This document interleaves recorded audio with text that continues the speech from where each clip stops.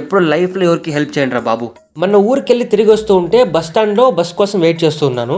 అప్పుడే పక్కన ఒక అడుక్కునే ఆమె ఒక చిన్న పిల్లని ఎత్తుకొని నా దగ్గరికి వచ్చింది. బాబు ఆకలి వస్తుంది, తినడానికి ఏమన్నా తీసి బాబు అని. సరే ఆకలి వస్తుంది అంటుంది కదా అని చెప్పి పక్కన ఉన్న అంగిట్లోకి తీసుకెళ్ళి అక్కడ బిస్కెట్స్ అన్ని ఉన్నాయి.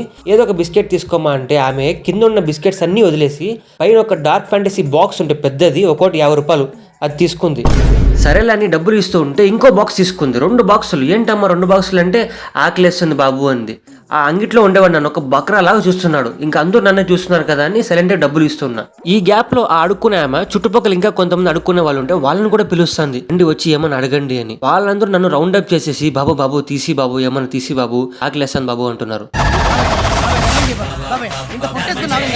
ఆ చుట్టుపక్కల ఉండే వాళ్ళందరూ నన్నే చూస్తున్నారు. ఆ అంగిట్లో ఉండేవాడైతే నవ్వుకుంటున్న లోపల దొరికాడు మంచి బకరా ఈ రోజు అని. ఇంకేం చేయాలో అర్థం కాక వాళ్ళందరికీ బిస్కెట్లు తీర్చా. ఆ రోజు నాకు 350 రూపాయలు బొక్క. నేను అసలే ఇంట్రోవర్ట్ ని. అందరూ నన్ను అలా చూస్తుంటే అక్కడే ఏదైనా బస్ కింద పడి పోదామా అనిపించింది. బస్సు వచ్చేంత వరకు ఆ చుట్టుపక్కల లేకుండా పారిపోయాను. మళ్ళీ వస్తావరా? ఇంకెవడైనా వస్తాడా?